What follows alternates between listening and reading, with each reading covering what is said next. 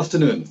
Welcome to the NSA e-Nuggets series, a series of live talks on active aging, right? Topics on active aging.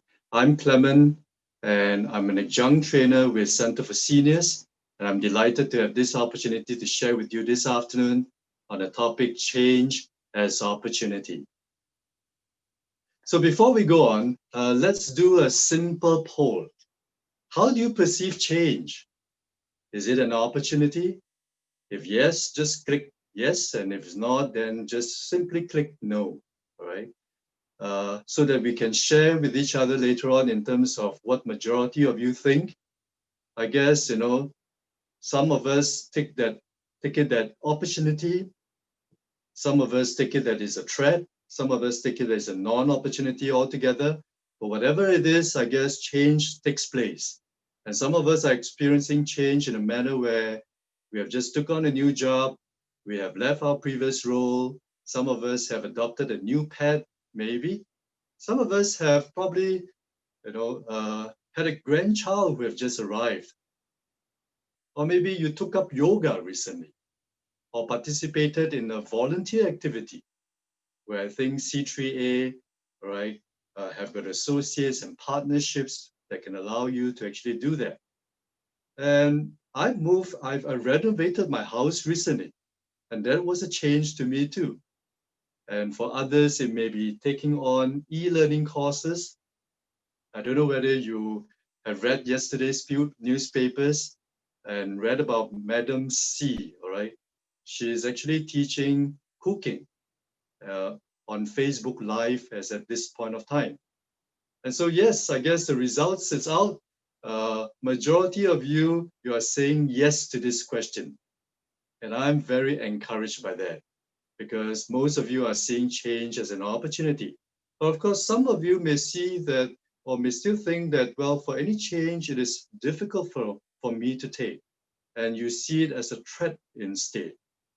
Whatever it is, I guess, such a topic is so applicable in today's context, especially when we are experiencing COVID-19, this pandemic situation. How it impacted me was before COVID-19, and when COVID-19 kicks in and we were going into circuit breaker, I realized that I think my work will be actually affected because my work involves a lot of client facing. And hence, I was asking myself, will I still have work to do? Will my income be affected, etc., etc.? And also because of the fact that my wife and I, we are celebrating our 25th wedding anniversary later part of this year. We were thinking that, if we can't travel, will we then be grounded? But of course, after going through COVID-19 for a while, I realized that doing training over Zoom like that, it has got its benefits too. I'm able to actually schedule back-to-back meetings with very little time on the road, which is actually helpful to a certain extent. And with the recent announcement of the fact that we'll be having tourism vouchers, my wife has just said to me the other day, let's go to the Art Science Museum later part of this year to celebrate our wedding anniversary. So I think it has got certain different perspectives, and it depends on how we look at things too. A threat can also, or a perceived threat can also be an opportunity at the end of the day. So what we're covering this afternoon will be basically these three areas: the changing landscape, how it's looking like, and what these changing landscape has got impact on us. How are they affecting us? And of course, thirdly, what are we going to do about these changes that we are experiencing? And importantly is to embrace them with a positive mindset. And I'm going to share with you the 5 R's later on in terms of how to embrace change. So what is this changing landscape that we are talking about?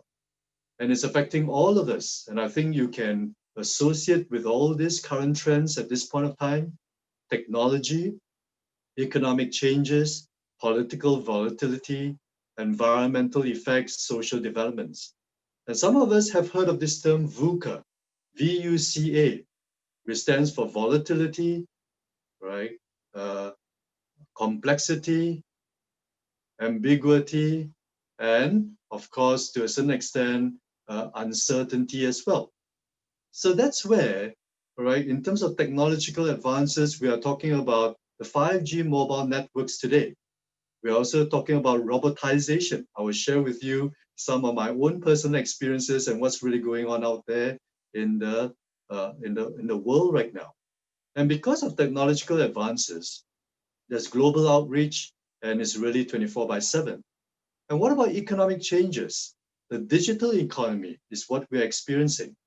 And COVID-19 has certainly impacted the economy to a great extent. There are some growth sectors, right, like in terms of cybersecurity, e-commerce, but also some sectors are severely affected, like tourism, aviation, etc. And there's also political volatility. Look at what is happening in terms of the Cold War between China and US, right? And in fact, closer home, our general election, our recent general election, and also in terms of what's the political instability that we are experiencing in Hong Kong and that we are knowing in Hong Kong. What about in terms of environmental effects? There's climate change, there's natural disasters going on, and of course, this pandemic situation. We had SARS and now COVID-19, and even before we address COVID-19 completely, we are talking about disease X right now. And of course, social developments like aging population. Most of us tuning in, I guess, I assume, we are 50 and above. And aging population is really a big topic today, and it's causing multi-generational kind of environment and workplace that we're in right now. I guess if you look at this slide, you can tell that the handphone itself, the phone itself, has evolved over the years. Look at that cell phone, that first cell phone that we are talking about in the middle. And now what is it looking like in terms of our own personal handphone? It has evolved. And I'm sure if you can actually relate to those pictures in front of you, the further back you can go to, it tells you or it tells us about your age as well. I don't know whether you have met Yiwei, this robot that was deployed at Jewel Changi Airport. And you know what? It can pull a 1,000 liter bin along a pre-mapped route. 1,000 liter. So it is probably still at Jewel Airport, and it's probably deployed at other places as well today. And what about this one? The robot dog that can enforce social distancing. If you stay near to Bishan M Ang Mo Kio Park, or if you have just visited the park recently, you may have spotted this dog, all right? And make sure it doesn't bark at you, because then I think you are not observing the 1 meter distancing rule. And we have also heard about drone delivery of food. And in fact, last night when I was watching the news, the swab bots was actually introduced, where the robot can actually do swab tests. My dad recently celebrated his 78th birthday, and he said this to me: bring me to the restaurant where there's a robot waiter and waitress. He was very curious about it, and so was I. And so we booked a table there. It was somewhere at East Coast, and he was so amazed that the robot waiter and waitress could actually bring the food to him, right, all the way from the kitchen. And I think recently we have also heard of or read about robot Aglio Kim, right, who actually works at the South Korean restaurant. So technology is really changing the world that we live in and the way we work today. I don't know whether you have come across this newspaper article recently. Gig work may offer surprising new opportunities during uncertain times. And it was just a few months back, I think it was sometime in April 2020, that it was in the headlines that gig economies workers fall hard times in Singapore. And within a span of a couple of months, we are talking about now having opportunities for them. So how things are changing so quickly, right? And if you follow the online news from Quartz or the Quartz site, there is a silver lining even though the situation may seem bleak. The roles range from Grab drivers and chefs to graphic artists and tech consultants, a range far broader than many people realize. So if you're excited about, change, and also in terms of business, this is actually a good website to actually follow, the Quartz site. So with all this that's going on, I guess the question then is, what is the impact on us as individuals? My dad used to be working for an organization for the longest time, 30 to 40 years, I can recall. And one day, of course, he was laid the red carpet, all right, went up on stage to receive his long service award. And of course, at that point of time, he knew very well that he had to leave the organization as well because of retrenchment. I could tell that he was impacted to a certain extent. But knowing my dad, who is always having a good attitude towards change and also having this attitude of being useful, he was quick then to actually go on to another job in another industry, totally different from what he was doing before, and took on a purchasing role. And I think he did well. He did well in the sense that, although he was working with a lot of younger workers at the point of time, the younger generation, but many people respected him as well. And he respected many of these fellow workers too. And so at the age of 60 or in his early 60s, he was still able to cope with the change well. And of course, now he is in his late 70s, right? But prior to leaving this organization where he was doing this purchasing role, he got laid off again. And then he told me, I'm not going to be sitting down there and doing nothing. In fact, I'm going to live up to my years in retirement. And then he took on a newspaper distributor role, waking up at 2 a.m. in the morning, distributing newspapers. I really respected him for that. And it was only until recently with COVID-19 that he stopped doing the newspaper distribution. So I guess the question here is, whenever there's any change, do we respond or do we react? We know very well that if we were to react to something, we either fight or flight, or sometimes we even freeze. But when we respond to something, a change, then I think it usually, will come out better. And of course, we are talking about a multi-generational workplace and environment today. And that has a big, big impact on us as seniors too. How do we cope with that? How do we work with the younger generation? And so there's a lot of managing of expectations here. Certainly when my dad moved from one job to another, it was a lower paying job, but he took up the newspaper role or distribution role merely because of the fact that he knew very well that he had to keep himself healthy. And that was the main reason why he took up that role.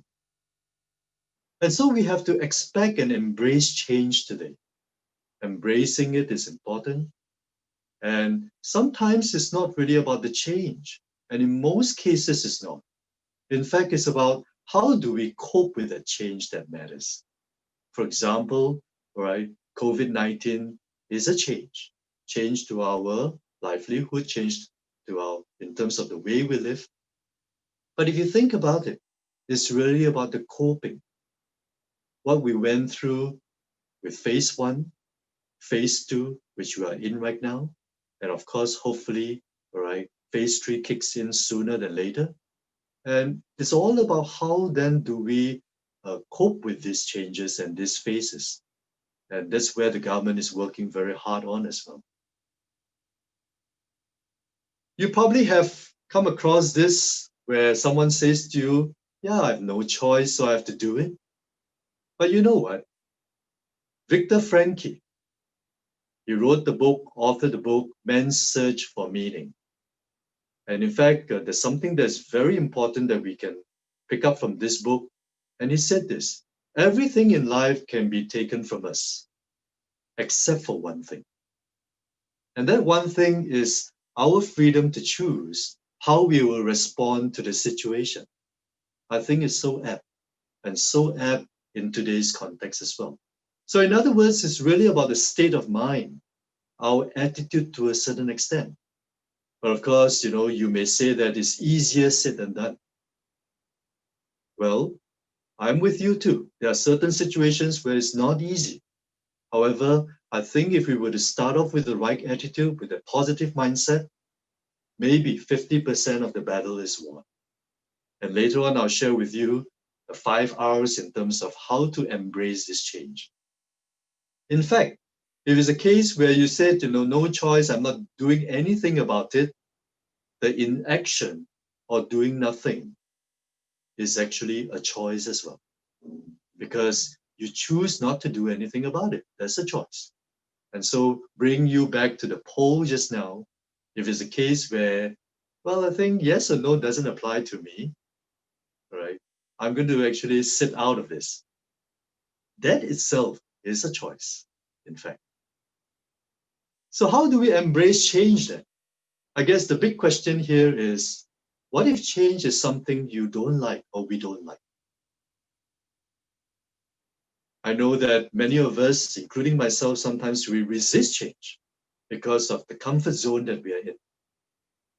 So what if we don't like it? Well, I'd like to bring you to this particular slide here where we talk about how to embrace change from two dimensions. One is the importance of it, and the other is a challenge. Of course, if it's not too challenging, I guess it's easier for us to make the change. But what if it's something that's very challenging? Like, for example, right, I've actually made a career switch. I was doing a finance role for the longest time of my life. And my only regret is that I didn't actually make the switch earlier. But you can imagine that I was really struggling. It was difficult for me to make the switch, for sure, because of the fact that I need to make sure that I can still put food on the table. I can still cope with the change, right? But I knew it was very important to me. The importance was because of the fact that if I had carried on with my last profession, I don't think I would be able to do well, and I will go down the drain probably. So I'm glad I was able to make the switch. So if it's something that is important, I like to think that we'll find a way and not find an excuse instead. Because we have the tendency of making excuses, and that's something quite easy often. But I'd like you to also bring your attention to Jane Fonda, an American actress. If you are around, in your 50s and 60s, I'm sure you can recall who Jane Fonda is. A very popular actress, and whose dad is a very popular actor, Henry Fonda. She did a TED Talk, and the TED Talk was entitled Life's Third Act. And she used the staircase as a metaphor, which you can probably see on the slide as well. I thought it was so apt. I saw the staircase. It reminded me of Jane Fonda's TED Talk, and I wanted to share this with you. So for most of us as seniors, the staircase is something that's very challenging, right? We try to shun away from it. We'd rather take the elevator, right, or the lift. But Jane Fonda mentioned something. The fact that we are challenged by the staircase, right, doesn't mean that everything will go downhill when we are of, this age of ours. But our human spirit can evolve upwards and can bring us into wholeness, authenticity, and wisdom. So indeed, we can actually climb upwards with the right human spirit of ours. So with the changing landscape, I guess one of the big questions that we have is also, then what qualities are expected of us? You probably have been following. If you have been, then these are not new to you altogether. We need to be technology savvy. Some of you are probably already attending IT courses at this point of time, right? So that you can actually handle different technologies better. We need to be multi-skilled, not just the depth, but also the breadth. We need to be flexible in today's context. So much, so applicable today, right, with COVID-19. Adaptable. And we also need to multitask. So many of the words multi appearing, right? We need to be multi-skilled, we need to be multitask. I guess usually come with, it's challenging. But I guess, if you are multi-billionaire, that is something that will actually make you happy, yeah. What about managing diversity?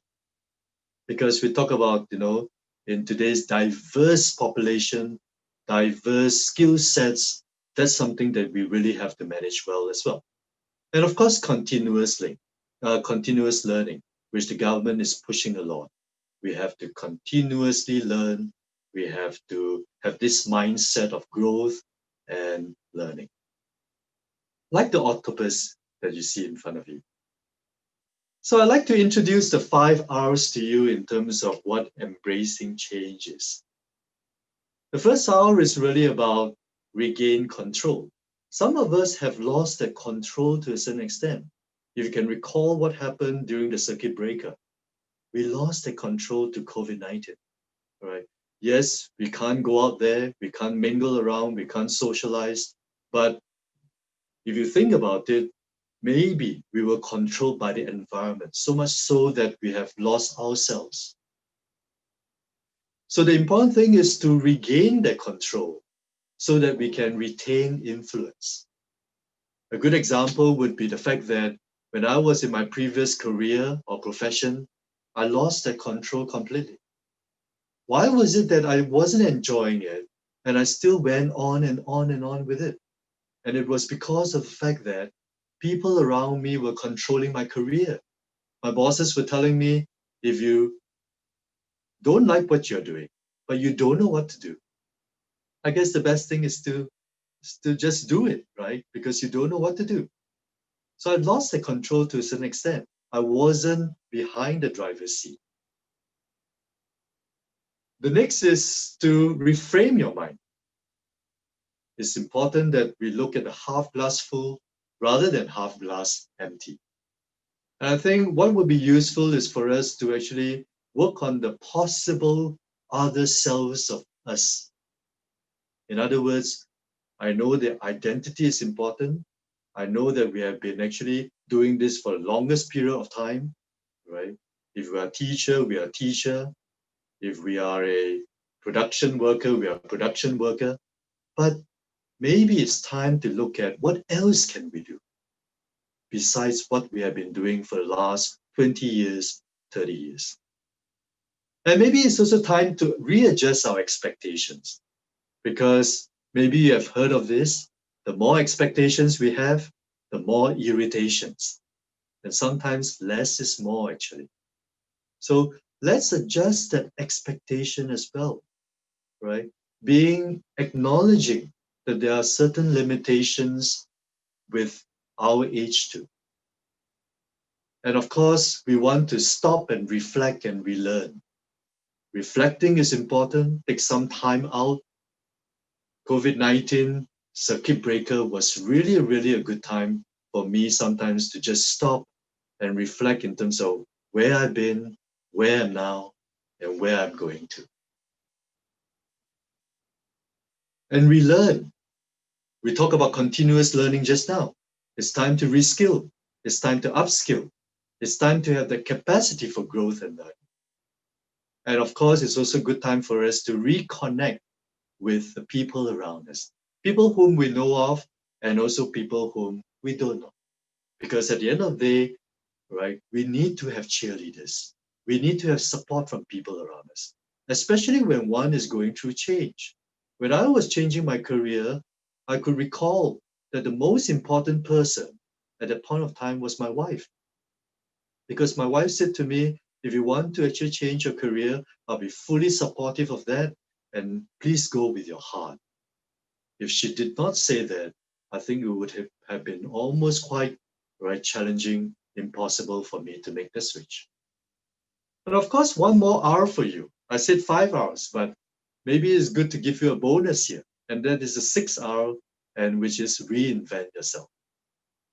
I like to think that if you are able to regain control, reframe our mind, readjust expectations, reflect and relearn, and reconnect with others, that's where we start reinventing ourselves.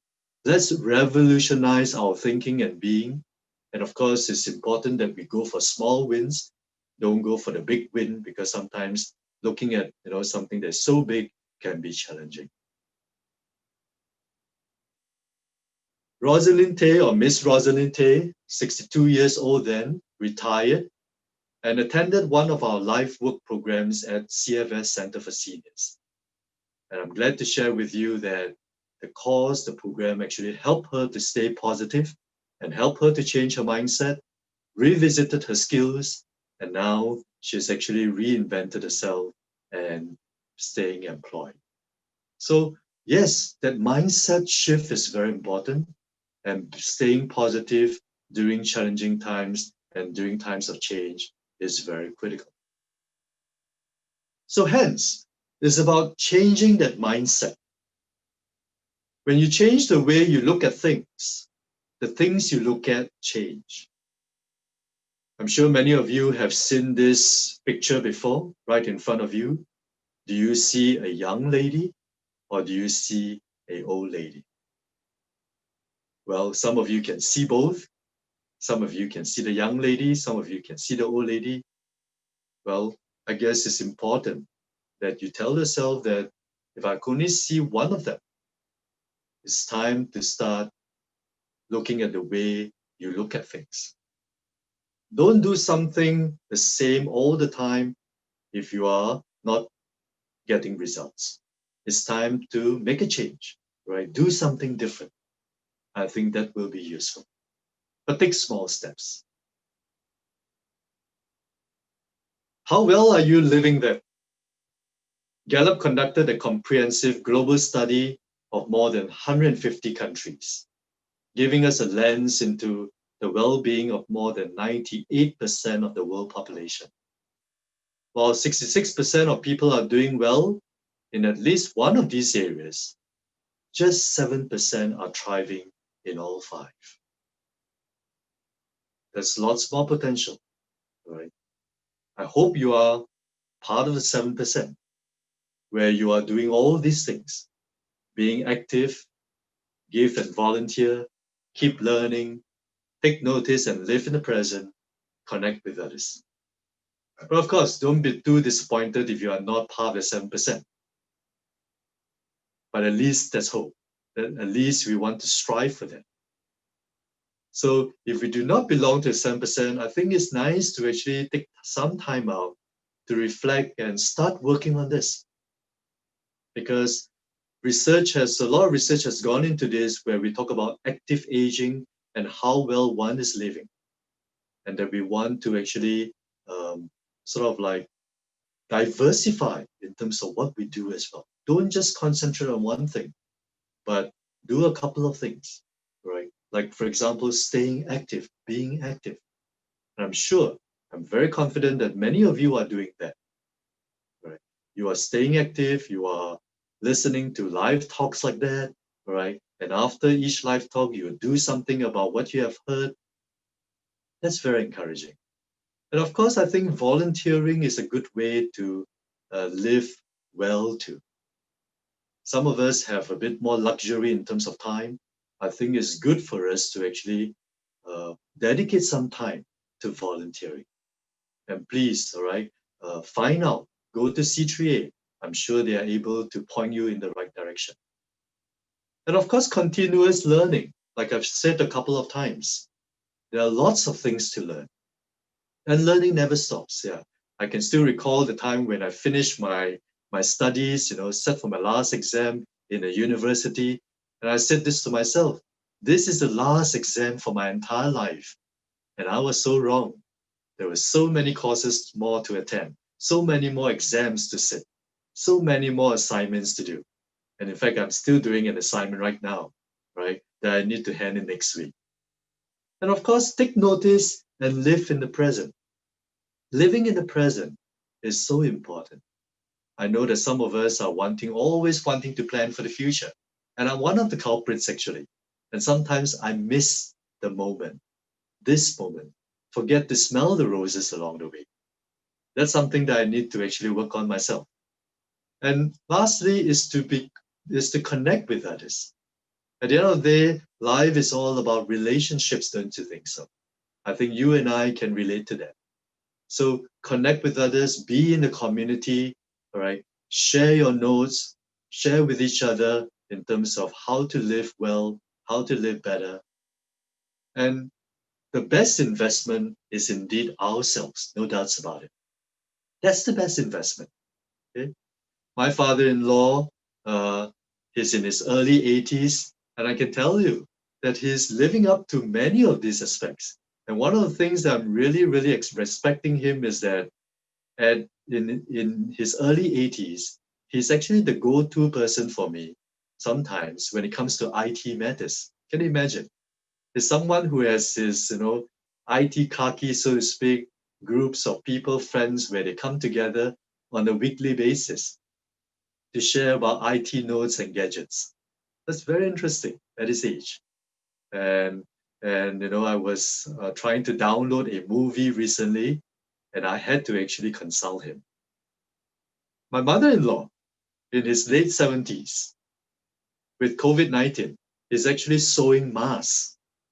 All right, sewing masks for friends, sewing masks for family members. I'm not afraid that I will run out of masks anyway, even if the government is not going to be supplying any more masks. And in fact, she has diversified into sewing handbags as well at this point of time. And interestingly, her handbags are being sold online too on Facebook. So let's continue to stay active.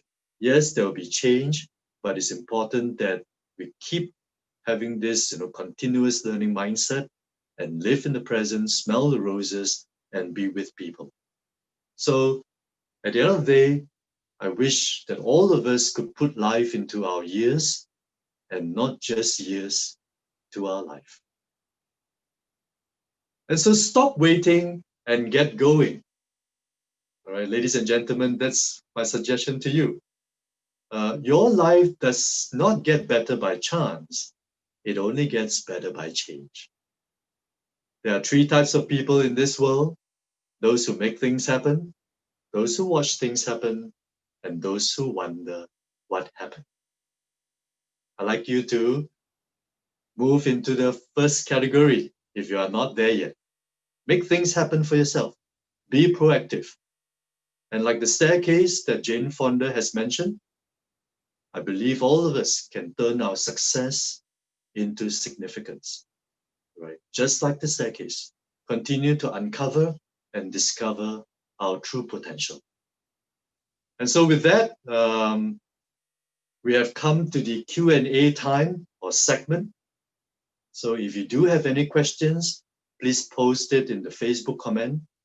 And not just questions, maybe, even if you do have any comments, any reactions to this topic, and if you'd like to share, a quote, please do type into the Facebook comment.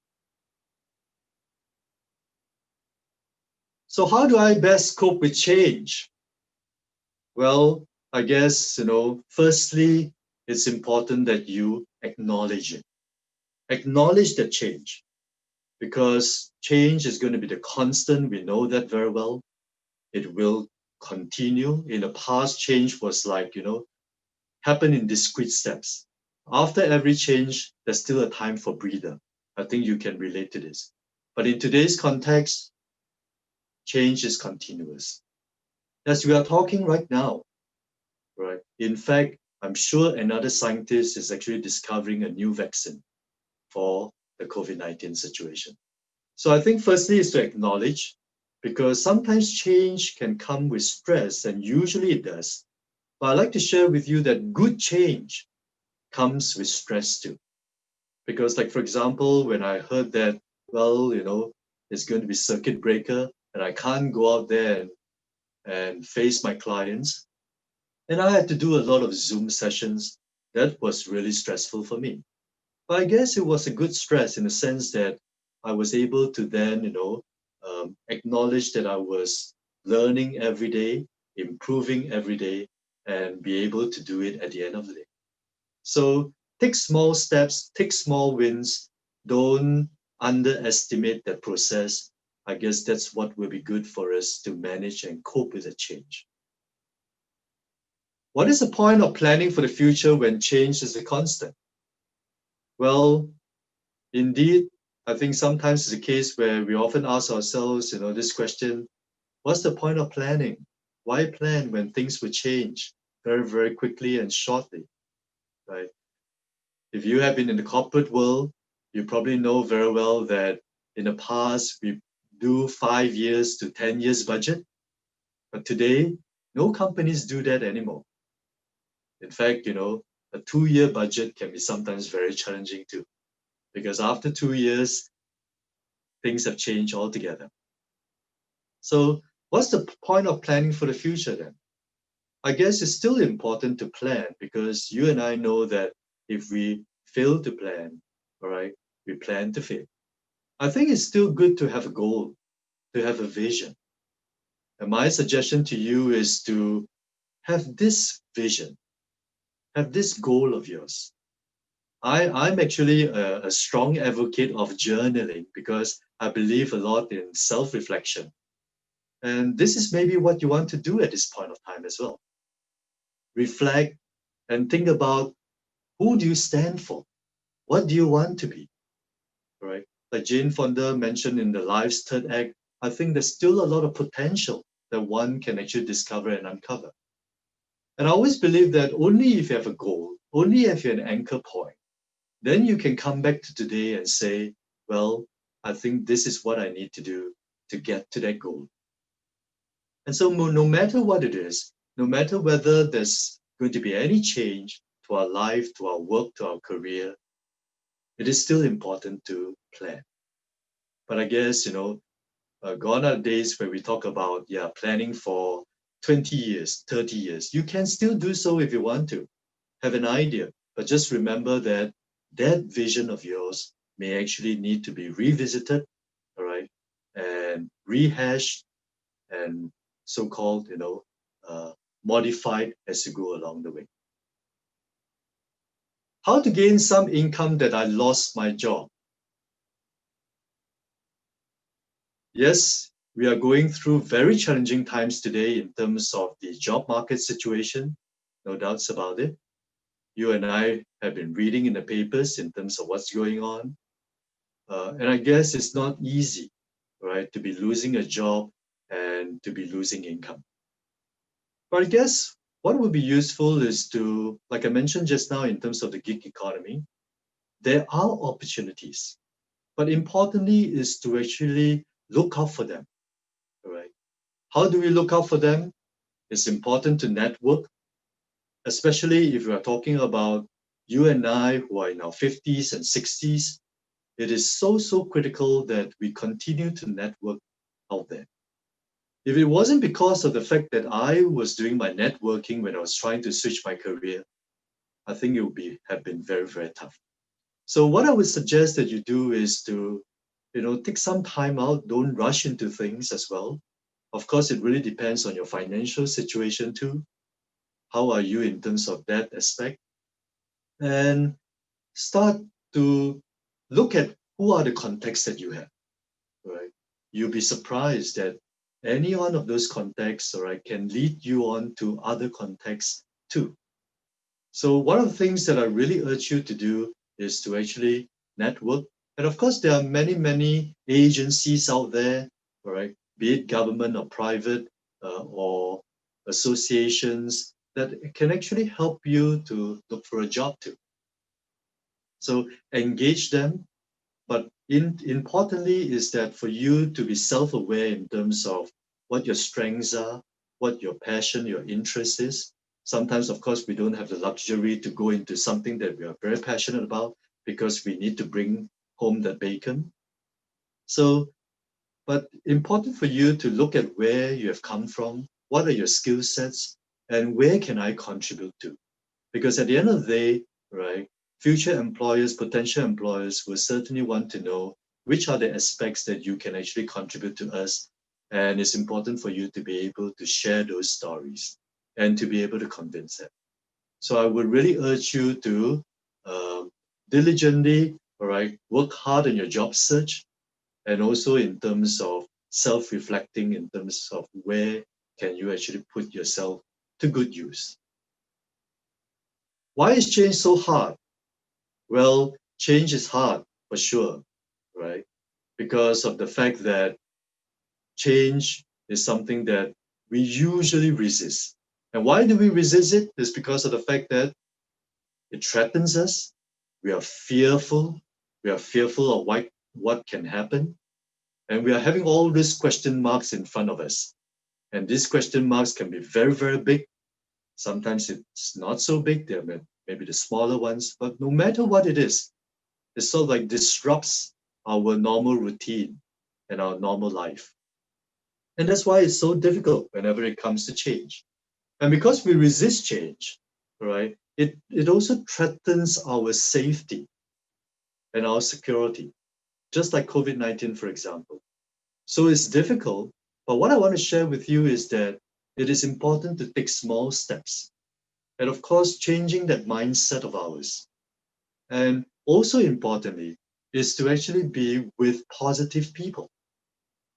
Be with positive people, and I think that will help you to do that better. My dad, because actually he has all the time now, not distributing newspapers. And I could recall that there was one day when I visited him, and it was still the circuit breaker situation or phase. He was having this radio of his, very, very close to him all the time. And I said to him, well, it is okay. I think it's good for you to be updated in terms of what the current news is, what's going on in the world out there in Singapore. But I think it's also important that you do not listen to the news, 18 hours a day apart from your sleep. Because if you keep listening to those not so positive news, one can actually be negative as well, if you know what I mean. So for any change, I guess it's actually good to be in a community of positive people so that we encourage each other, right? And we do well for each other. What kind of attitude must I adopt to embrace change? Yes, that's a good question. I guess the attitude of learning, right? This continuous learning concept is important when it comes to change as well. If we think that we can't do it, I guess we are right to. If we think we can, at least, there's hope. So this attitude of being open, being positive, and that I can do it, I think that's the first step. And of course, secondly, like I mentioned to you, is to cling on, to that hope as well. And don't lose the sight too easily. But on the other hand, we must manage our expectations too.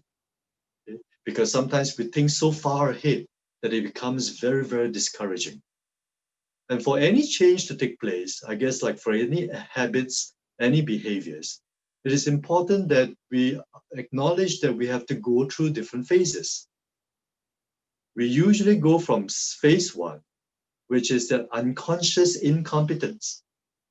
We're not aware, that such a skill or set or competence is needed to help us ride through the change. So that unconscious incompetence. But once we are aware of it, we turn it into conscious incompetence. We are still not there yet, right? We don't have the skill set, but that's where we work on it. We take up courses, we practice, so that we can then turn it into conscious competence.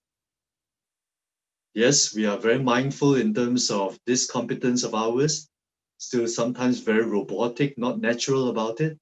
But once we give ourselves time and practice, I'm sure one fine day it becomes that stage where it is unconscious competence. And that's where it becomes so natural for us. Remember the day when we learned how to ride a bicycle? Remember the day when we learned how to drive? We actually went through all these stages, right? From the unconscious incompetence all the way to unconscious competence.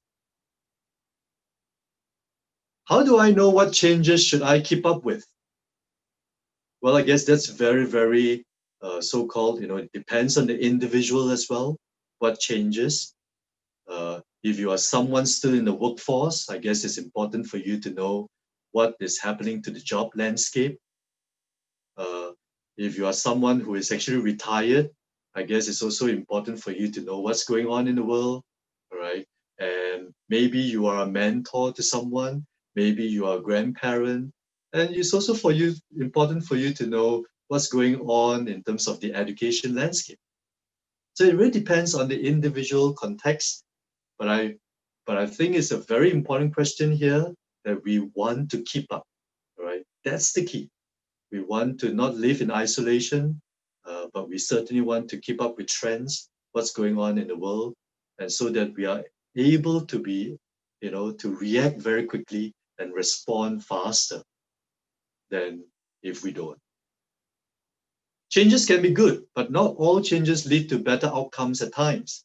How do we determine when changes are required or necessary? Well, indeed, you are right. Changes can be good, all right? And in fact, if you are in an organization, they will tell you that, yeah, we welcome change. We welcome change because that's where innovation can take place, creative ideas can come up. So change is not bad altogether, but it depends on the perspective that we take. But however, change can sometimes, all right, not lead to better outcomes. I guess it really depends on how much we have control over it. Sometimes we don't have too much control. I don't think we really want to blame ourselves too much. But at the end of the day, how do we determine when changes are required or necessary? I think it's good for us to actually step back, look at what is this change all about, and look at ourselves in terms of our confidence level, our skill sets and competencies, in terms of how we can actually make that change better for us. And it's also probably not to be too quick to actually resort to the idea that, well, I think it's not good for me after a day or two, and then you give up, right? Because know that actually change takes time. I mean, it's in the transition, the coping, and for things to materialize, for things to actually be more certain in terms of what you are trying to achieve. And because it takes time, I think we need to be patient. We need to be having this perseverance idea. Next, why should I leave my comfort zone and embrace change? Well, I'm not so, well, I guess it's a case where we can be in our comfort zone. And some of us are very much wanting to be in our comfort zone. We can, however, I think it's also important for us to keep up with some changes, right? For our personal growth and development. I'm a strong believer in personal development and growth. I think that's what the staircase is about. That's what Jane Fonda is actually advocating today. And because of growth and development, we want to actually be in touch with what's going on out there. And to not actually resist change and to keep up with them, right? And like what one of you mentioned just now, change can be good. Can be good. And maybe something that you have been doing for the longest time. You may think that you're in a comfort zone, but maybe you are missing something that you are not even aware. So let's be open. Let's go out there and try things out. Let's take a little bit of risk. I know that it depends on our risk appetite. It depends on our life stage as well. It depends on what are the other commitments that we have. But I think it's good for us if we can and afford to take some risk too. What do you think are the jobs that will be phased out in the next 5 to 10 years? And what are the jobs that will still be blooming then? What skills do we need to cultivate now? Indeed, all right. Yes, I know that you're asking me a question about 5 to 10 years. And it's going to be tough. is a challenging question because no one knows actually in terms of really what will happen 5 to 10 years from now. In fact, no one really knows what will happen 2 years from now. The world is changing so much. The younger generation today, in fact, will have 5 to 7 occupations in his or her lifetime. 5 to 7 occupations, right? And I think they don't even know, right, whether they can still keep their current jobs. Jobs that were existing a couple of months back are now no longer around because of change. Jobs that will surface in the next few months to come may not actually be in existence in 1 or 2 years' time. So I guess the important thing is for us to be able to embrace this change and to stay employable. Being employable is important today, and that's tied very closely to continuous learning. In fact, I think you all can relate, all right? Our generation in the past, iron rice bowl is important. We are talking about having a job for life. We can plan 20 years ahead of us, like my dad, who has been in the same job for a big part of his life. Today, no more iron rice bowl. In fact, today, being employed is uncertain. Being what is certain then? All right, I repeat, being employed is uncertain, and it's only being employable is certain. And that's the reason why we also need to keep up, right, in terms of what's happening out there, and so that we can stay employable. And therefore, employable means that we need to have the skill sets that are demanded out there in the marketplace. You and I know that today, digital competence is important, all right? Being flexible is important, being adaptable is important. Those that I've actually mentioned to you earlier. These are the kind of skill sets that we are talking about. And so if we are lacking in any of them, I think it's useful for us to think about how we can then close these gaps. Close them, right? Do whatever it takes to close these gaps so that we become more employable. And I think that's where we can then look at, be more certain of a job. I think the other thing is also about maybe you want to consider looking at doing different things at this point of time. Don't just think about one job. The gig economy, we are talking about them doing different things, playing different roles. A portfolio career may be interesting for you, right? And me actually. So it's not just about having one job. Maybe 2 days of the week, you are doing job A. 1 day of the week, you are doing job B. Another day of the week, you are volunteering yourself. And the rest of the week, you are doing a hobby that you like. If you can afford it, this is something that you may want to consider. Because I think then it makes your life more enriching. And today, it is not a good idea if we were just to bang on one job and that's it.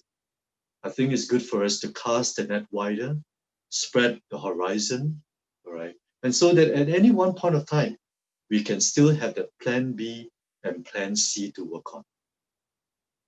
So I think that will actually be useful, right, in today's context. All right, so I guess these are the couple of questions that we have. Thank you very much for your participation and for those questions so that we can all, learn in terms of what change is all about and how do we cope with that and how do we manage that better. And so with that, I'm going to share with you a bit of a commercial break here, if you don't mind. Maybe you've seen this before, but if you find our talk useful, do like and share the video with your family and friends to help them pick up these useful tips at their own pace and convenience. And we want to learn more about Rethink 50, Preparing for Change, right? And other NSA courses by Center for Seniors. You can contact 6478-5015 or visit our website, www.cfs.org.sg. And you can also call 6478-5029 or visit www.nsa.org.sg to explore the many learning opportunities for seniors age 50 and above. So lastly, like and follow the C3A Facebook page to be notified of new content in the future. So with this, I'd like to thank all of you who are listening in, for participating, for your questions, and I wish you all the best, all right? So remember, put life into your years and not just years to your life. I wish you all a very good afternoon, and thank you very much for tuning in. See you all, and bye.